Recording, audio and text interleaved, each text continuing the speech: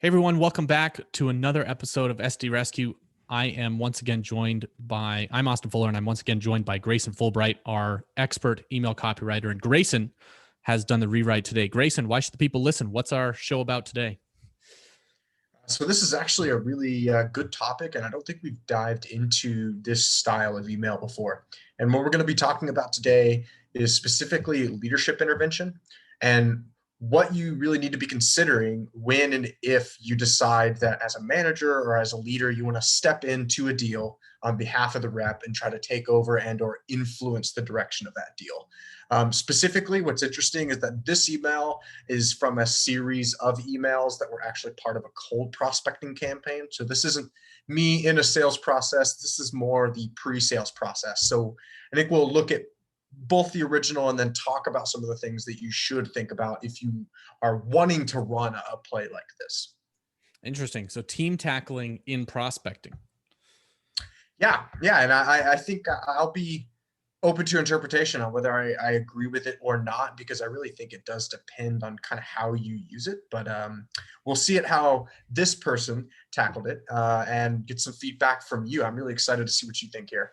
Yeah, I think this is the first time we've covered that. So let's jump into the email. Okay. Subject line: Grayson and partner stepping in. Hey Grayson, I believe my rep on my team recently emailed you about potentially working together. I had to reach out because I believe we would be a huge asset in getting you new revenue. Not sure if you guys connected yet, but I wanted to personally step in to discuss this in the context of the coronavirus. Conferences are canceled, in-person meetings aren't happening, and people are working from home. Small businesses need help selling their services in this climate, especially given the risk of losing your current clients. We help solve this exact problem. Can we talk this through over a quick call to see if there's something here? Okay. All right. Manager intervention. That's right. And for context on kind of where this falls in the cadence, I took a look before the show and I received 5 emails from the rep over the course of, I'd say, like 10 days, like 10 actual days, not business days. So pretty quick and aggressive cadence. And then on the day of the rep's last email, this leader on the same day stepped in with this email. And so this is technically step 7 of the company's actual outreach to me as a cold prospect. But it seems like this leader decided that with this strategy, they would step in with this email right after their rep had sent their 5th and last email of their cadence. Was the rep's email a breakup email? Or no, or was it just a regular email in the cadence? It wasn't a breakup email, but it was breakup-esque. Very beggy, very really focused on saying, I want to show you why you should spend time with me. Okay. So that's for kind of context framing the cadence here. So I will say this from a seller's perspective. If you're, from a sales leader's perspective, I think it depending on the product and how things work in your industry and with, your customer and more importantly, how they work in your customer's industry, I can see why and understand, hey, we have the rep hit them a bunch. Let's make it fresh. Or, it's kind of the idea like in marketing, how you change the advertising creative to avoid ad fatigue, right? So, if someone sees the same ad over and over and over, there's psychological fatigue that happens and your odds of opening or consuming whatever it is goes down drastically. So I can see from a seller's perspective why reaching out with a manager helps break up the fatigue, especially in a cadence that's so compressed. 10, you said 5 touches in 10 days. So you're talking about every other day you're getting hit with something about approximately. I mean, obviously it'll vary, but I can see why if you're designing cadence, why that makes sense from a seller's perspective. What I don't quite understand is how it makes sense. I just think that from a buyer's perspective, unless you have a big logo or you're somebody, I don't want to say prolific in the industry, if you're somebody notable in the industry that has clout with the buyer and you reach out specifically, I can see that working. But otherwise, I just don't see like the old. I don't know if it ever worked, but in the olden days when like, hi, I'm the vice president calling on behalf of this person. I'm a big deal. This is important to us. Sort of bringing the weight of their position in on the deal to help move it along. That's also somebody in a buying motion, typically not in a prospect motion. I just don't see the pull. I don't see that pulling someone into market is what I'm saying. If they're not in the market already, just on that principle alone, without even looking at the email in my mind. But I think if you structure the sequence right, it could help break up fatigue between the rep and the prospect. And if you actually put it, I mean, and we can probably talk about this, but if you actually use that email well in and have it be well planned and well supported by other things, you could probably make use of it a lot better than they did here. Yeah, I think what's odd about this email is the whole point of bringing in somebody higher caliber into the conversation is all about perspective and impact, right? It's like, if you're dealing with Microsoft customer support and they're just not getting you what you need, and then the manager steps in and says, hey, I wanted to personally take this case and make sure you're taken care of, right? What's the point of that? The point is they want to let you know that they're on it, they're on top of it. They want to make you feel like you're a special priority or you deserve some sort of special attention. And then 3, it's to buy times or to buy opportunity so they can get the things done that they need.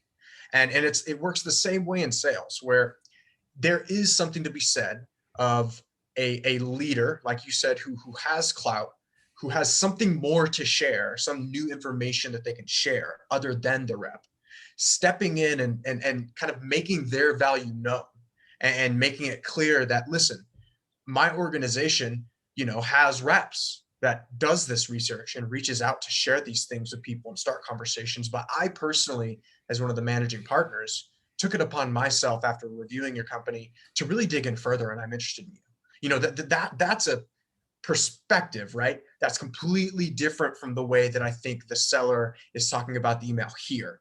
And the big perspective is how they're kind of getting into the conversation. What I described in that kind of ideal scenario is a leader who knows what they're doing, who is on top of the process and is stepping in because they've found something compelling that they think is going to shift the tides of the conversation. And if you'll notice the way I'm describing that, the leader who's stepping in has this frame of control. They're in control. They've got this. Now, going back to the original, looking at the color coding here, I feel like this person had the right intentions. They tried to make that frame where they wanted to step in, be the big boss, and really impact and, like you say, kind of reduce the fatigue going on throughout that cadence. But the way that this person framed it was very weak. Instead of it seeming like he was like on top of process, knew what was going on, and that this person was special, it kind of came off like it backfired to where like it kind of seems like a leader who shouldn't be reaching out to a rep is reaching out, a leader who shouldn't be reaching out to a prospect is reaching out on behalf of a rep to start a conversation. And they don't know what's really going on as they go through that process. I think it kind of does the opposite of building confidence. It reduces confidence as they go through and figure out why this person's stepping into the conversation. And so I think that's my big divide here in terms of whether I agree with it or not. It's very delicate because it's leveraging social capital, and you really got to understand like what exactly your job and responsibility will be when you step into this deal. And I know it's cold prospecting, right? But you still need to understand that and not be confusing towards the prospect. Yeah, and so look, and I have experience with this in using senior leadership to get meetings with prospects. It works especially in the enterprise. Like for SMBs, I don't know that it matters as much. Mid-market, maybe not as much. But like when you're going in, so like for example, our enterprise sale was in the federal government. And guess what? The program managers of a department inside a federal agency don't want to talk to a salesperson a lot of times, unless that salesperson really knows what they're talking about the domain at which you're approaching them. And so all the time, I would play that card because I don't know if you've noticed, but I haven't spent 30 plus years in federal government service, whereas we had people on staff that had. And so you can play those cards all the time to get me. I think Jake Dunlap even talks about that a little bit, how at Glassdoor, he would use his CEO all the time to get into enterprises. And so especially if you're doing a SaaS tool or you're in a specialized service and you have executive team members that are subject matter experts or have domain knowledge, you can definitely play this card. But like you said, this person, they played that card, but in the wrong way. Like the email is totally orange up at the front, and they tell a story, but I don't know how much this story actually pertains to you as much as it pertains to the rest of their cadence. You know what I mean? I would, if after reading this email, I have an exact idea like what all 5 of those emails said in the sequence. And it's going to be really similar to like the second to third paragraph on, and it's just a different name on the sent email, as opposed to actually bringing context and relevance and value to the conversation, like playing an executive card in an enterprise sales role would. You exactly described my experience with this cadence. I couldn't agree more. I actually kind of fell for this a little bit, because while I wasn't in market for this, I didn't have any immediate interest. I was kind of hooked by this whole idea of like, oh, like someone more important is stepping in for some reason. But like you said, as I read the email, I quickly realized how similar the messaging was between this senior leader who's supposedly a managing partner at this company versus one of the, just sales reps that are on staff for them. And I think that's an important thing to point out. Like, buyers are not stupid. And especially when it comes to delicate social capital driven things like this, where it's like one rep is trying to bother you for attention, and then you have a leader trying to come off as reputable and as more helpful, trying to step in and convince the buyer to give time. If the messaging looks the same, if someone can sniff out that both of those are automated and that it isn't a kind of like a personalized experience with real human beings, the real damage is not going to be the lack of revenue you generate. The real damage is going to be the perspective that permanently leaves on the people that go through these automated campaigns and first get turned off by one of your reps, and then one of your managing partners, one of the leaders at your company, then kind of uses almost the same tactic with no additional personalization. And I feel like this is a recipe to simply leave bad tastes in mouths, but you'll never know, because all you see is decent open rates and no responses. And I bet you see a tick in open rates. Like, I'd agree. Yeah. I'm guessing there is some I bet they've run this sequence without it and run it with it, and the performance is better with it, so they keep doing it. And it might even just be slightly better. It might be a whole lot better. I don't know. But, the thing is that most people that run automation aren't dumb. Like, they can read charts that spit back numbers and say this percentage or this many opens or this many clicks or this many appointments. And the output drives the action. And I'm guessing the output that this sequence provides is much higher than the one without it. Bad behavior always works just enough to keep doing it. I don't know if you want to break down anything else specifically in the copy. I mean, the email, I think, as itself is pretty typical for, I don't know, like you said, this is a pretty beggy last Hail Mary type of email. One of the things that I will say is, like, if a senior leader's being involved and he's like, hey, can we talk to see if there's something here? I think that right there, like, I like open-ended questions or whatever, open, soft calls to action. It's not super specific or hard, but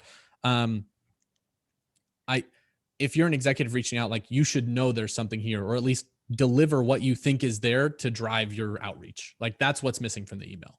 Is the executive feels lost, which is not something you want from an executive interaction. Yeah, exactly. I think I'll talk a little bit about this when we dive into the rewrite, but to frame it, there is a way to do this in a way that I think can have an impact, a positive impact on the deal.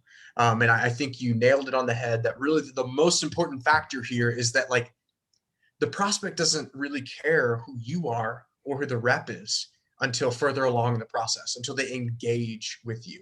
So what's most important really is not, okay, are you a leader? Are you more important? It's okay, you're a second variable, a second person joining this conversation. Why? What do I get out of it? And so when we go to the rewrite, and if it looks like we're about halfway through, so we can go ahead and move on down if you want to, Austin. Sure But thing. I tried to, in the rewrite, really encapsulate a way to build credibility, provide value, and give a clear reason for a leader to actually reach out and leave an impression on a deal. So, and as a caveat, this is not something that I have done. Like, I don't normally involve leaders in the cold prospecting process. Like, I'll usually do it maybe like pre-meeting to make sure that they don't show, or if they do not show, to try to get them back on the line. But this is a new one for me in terms of using this for straight up cold prospects. But here we go. Hi, Grayson. This is partner, managing partner at Brand. My rep recently reached out to share research on how competitors of your company are currently unearthing new clients. After digging further into your company, I wanted to personally step in to offer my own insights. I've spent X plus years helping hundreds of startups create more predictability with their customer acquisition, so I'm hoping you'll find value out of the research we've gathered. Are you open to reviewing more information? What do you think? All right. So first off, what I like is that you're coming in as someone who's going to add a different perspective than the rep's been giving. And it might not be, it might be a similar perspective, but because it's coming from a different source, it's coming from a different person. I mean, this could have been a very similar report to what the rep would have offered had they agreed. But psychologically, it feels, even if it's exactly the same, and obviously knowing you, it probably wouldn't be exactly the same, because it's also bringing the experience and perspective of the executive and subject matter expert to the equation, in addition to whatever they were going to share anyway.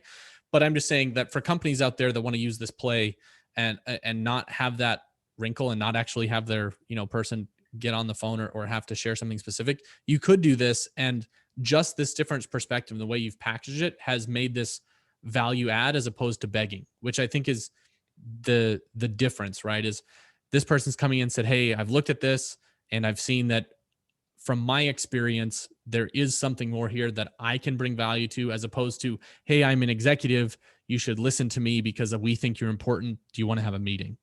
And that's the difference between being compelling and being annoying. And it's a very, and it's a very fun, it's a very minute change, but ultimately these little tweaks, these little things in formulation are what differentiates you from ending up in the spam folder and ending up on someone's calendar. Yeah, I completely agree. And I really tried to give that illusion that, if you're going to be like, first of all, if you're going to be a leader who is like, ideally you're out of the prospecting game at this point, unless it's like you're at a top consulting or service industry firm and like you're just solo selling it up, right? Ideally, you've reached leadership status so you can lead people to do the good work. But if you are hopping in to influence deals, you want to come in like clearly as someone who's not a rep. And so I used to do this in the past, and I still do this for certain industries or using certain people to kind of start a conversation with a stakeholder. But I was very, very meticulous and intentional with the first line of, this is partner, managing partner at Brand. Because in my mind, and we look at a lot of my different intros throughout these episodes, right? You got to be really concise about what you want them to read with the subject line. Well, for me, my whole goal here is to get attention after my reps 5 emails did not.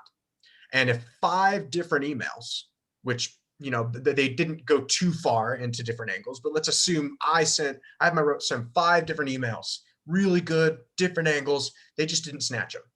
Well, in my mind, maybe the rep might not be able to have the credibility in the prospect's eyes to earn a conversation. That's fine. That happens. And so what I'm trying to do here is, in my intro, I want to be clear. I am not the rep. I am a leader. I'm a managing partner. And I think that's really important when you're talking to prospects and trying to use this method is you're using social capital here. You're trying to say, hi, I'm not a rep. You can lower your guard and talk to me. And if you're going to do that, you need to be very intentional about how you do it. And so I lead with facts. I say, this is me, managing partner. Here's what my rep did, and here's why they reached out. If you'll notice, I added value in that sentence as well, because Yep. you can state fact and still offer things that frame this conversation for the prospect. I could have just said, hey, my rep recently reached out to share research on your company and I wanted to follow up. But that leaves nothing for them to think about. So instead, I'm planting seeds about what this is getting to. And what is this getting to? How are your competitors unearthing clients? And so after I frame all of that in the intro with facts, now I'm getting to my pitch. Why is this guy, managing partner at this brand, reaching out to me instead of that rep who I've been ignoring? Well, I need to have a good reason, right? You don't want to, like Austin said, you don't want to come off as being a leader, hopping into the deal and desperate, trying to rescue it for the rep. Buyers can smell that. People can sense when someone more professional is stepping in to kind of like get things back on the track. You don't want to be seen as that. You want to be seen as, just like I said with like the Microsoft customer support example, you want to be seen as somebody who chose them special, thought that they were special, took your valuable leadership time to go research you in particular, and then hop in and take over. Not because the rep's not doing a good job, but because you have a solution that you just found that's unique, new information, something that'll get you through the door, something that'll help solve their problem. And I think if you do it in that way, if you come in with good social capital and then you just lead with value that's new, things that the rep didn't share, then you're going to have a chance at least earning a response, in my opinion.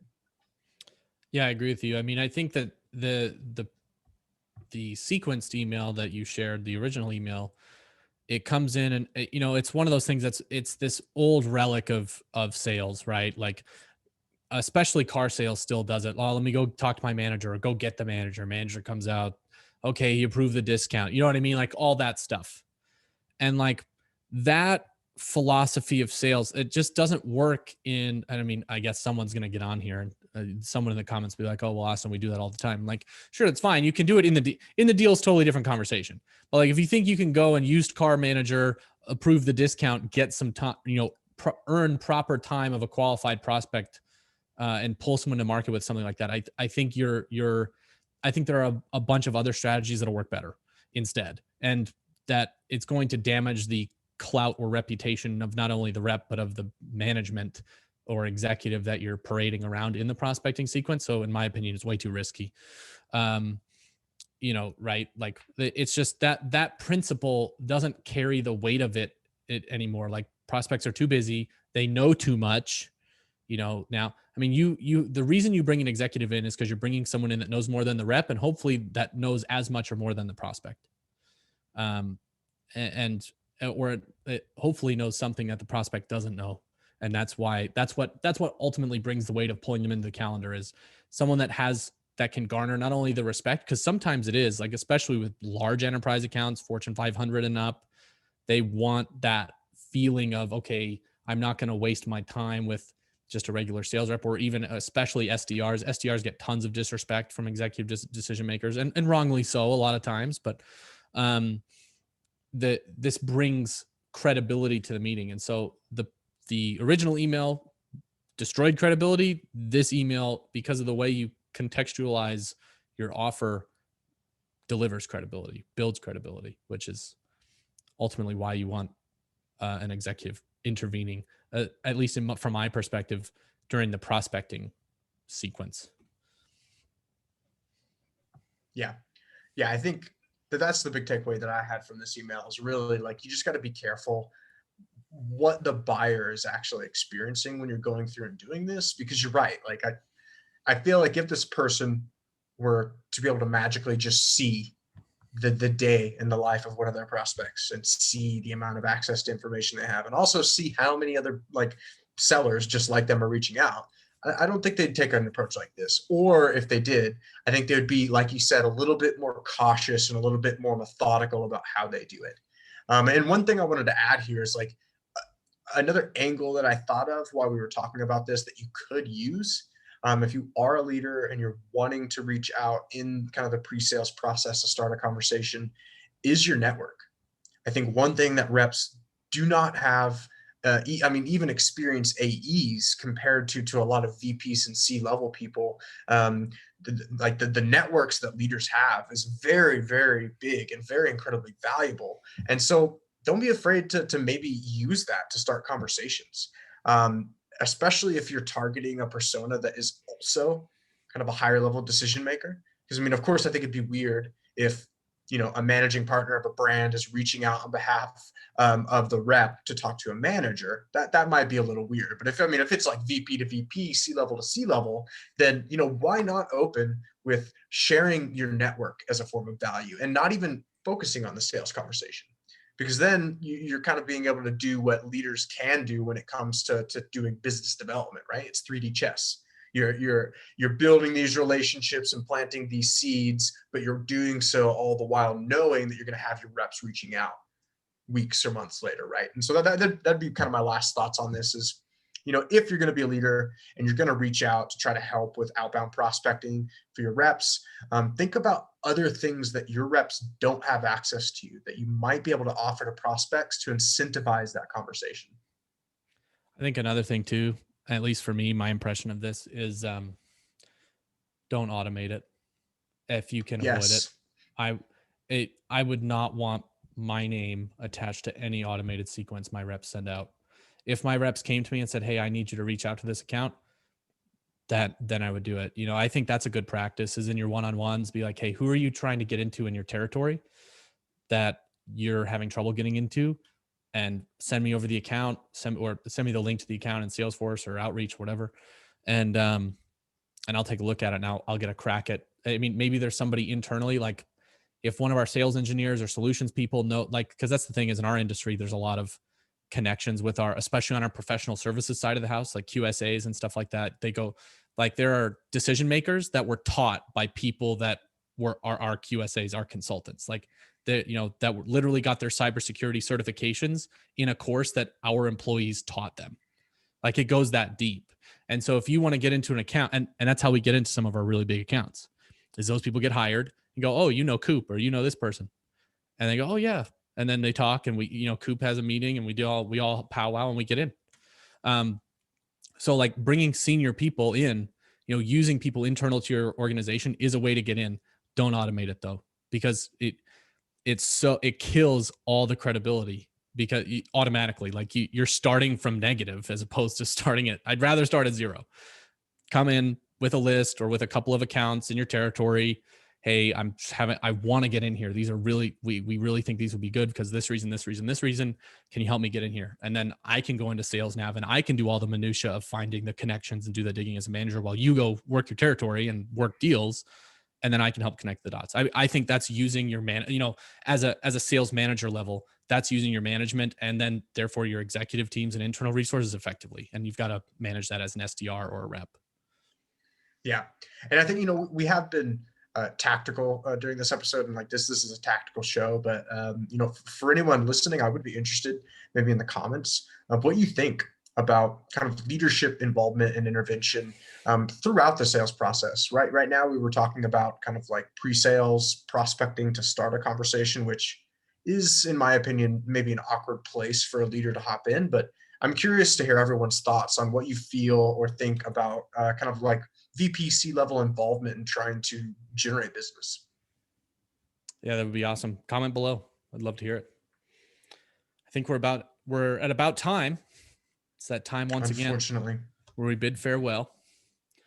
But I mean, you guys can check us out at SDRevolution.com.